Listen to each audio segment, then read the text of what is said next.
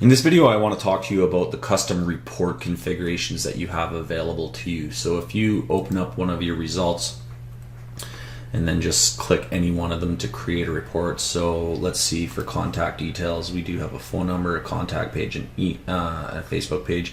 We're going to look for one with an email and use that for our example.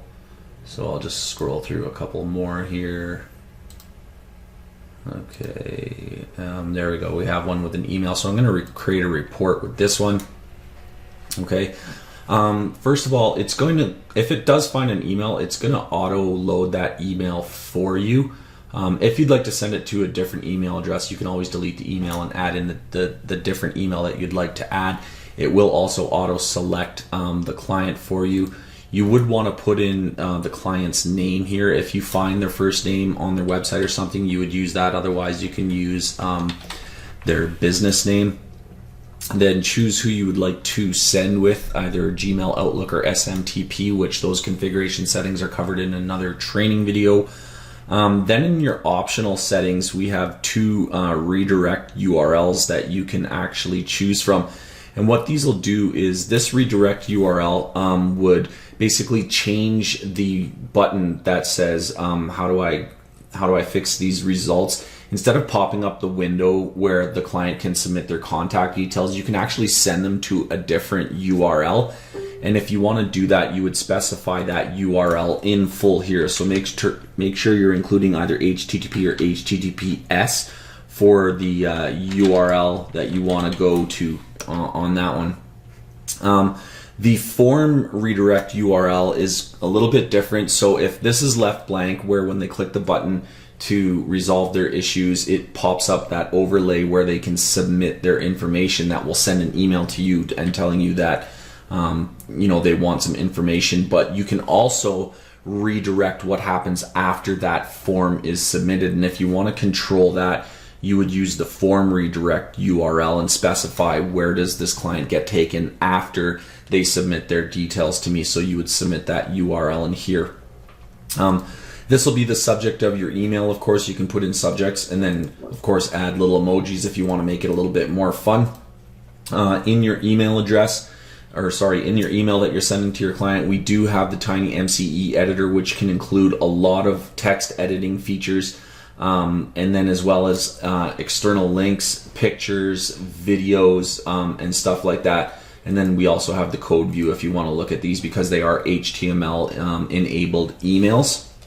And then the embedded scripts function allows you to create a script and embed it in the email. So if you put your, for instance, Facebook pixel in that email, you can actually retarget people that are opening your emails later on for more follow-up with them. So that's for the report page script that will show up on the report page. And this one, is in the email. I said email first, but this one is for the email. This one is for the actual report page where you can add a Facebook script. And then the last thing on this page is your short codes. So we've kind of redesigned them. The report URL, you can inject it here and it will auto-populate our new default custom domain. It's no longer hosted on PixelScout.io, but now on a domain called mycustomreport.com. So it's a little bit more congruent with your marketing. It's just nicer than PixelScout, because that might serve to confuse people. If you want to control this domain, instead of having it on My Custom Report, you'd like to have it on a domain that you own, please see the training video in this section entitled White Labeling and how to set up a custom white label, which is a pro feature. And then the other short codes are basically just adding things like the client name, the client website. They're obvious. They're very, very obvious what they are. You can add those things. My email would be, your personal email that you set at your phone, stuff like that. They're very, very obvious what they are, and you could submit all those just by clicking on the button, and it'll add them to your email. Now, one thing about our short codes is it already auto appends the actual name. It used to just submit a short code, but now that we have this information collected, when you inject it, it'll actually inject their actual information for you right away. So it's a little bit quicker for you to read what your report actually looks like. Okay, so I'm going to stop there with that report. We'll just make it look like that.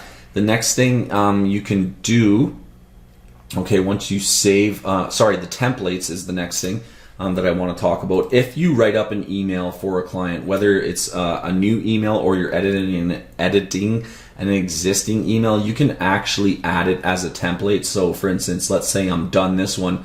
What I can do is save this if I like it as a template, and it will always save based on your subject line. We're going to actually make it so that you can change the name of the templates rather than saving as a subject line. So for instance, I'll say save subject, and then what I'll do is I'll click save, and there you can see saving a subject shows up as a new template that you can quickly access every time. So that's how you can save your template. And then when I click save the current report, it will save down into the bottom section, and then you can preview the report by using the magnifying glass. When you click on this, it'll actually open a new window and show you what the report looks like for your client. And then the last thing, of course, is the report editing function, where when you click on an edit and you preview the report, you can now click this little hamburger button and make the report do all kinds of cool stuff. You can change the feature header, but if you want a full video of this, please see that video also included in this training area. So that is it for the report configurations. And if you have any questions or comments, please leave them below the video. Thank you.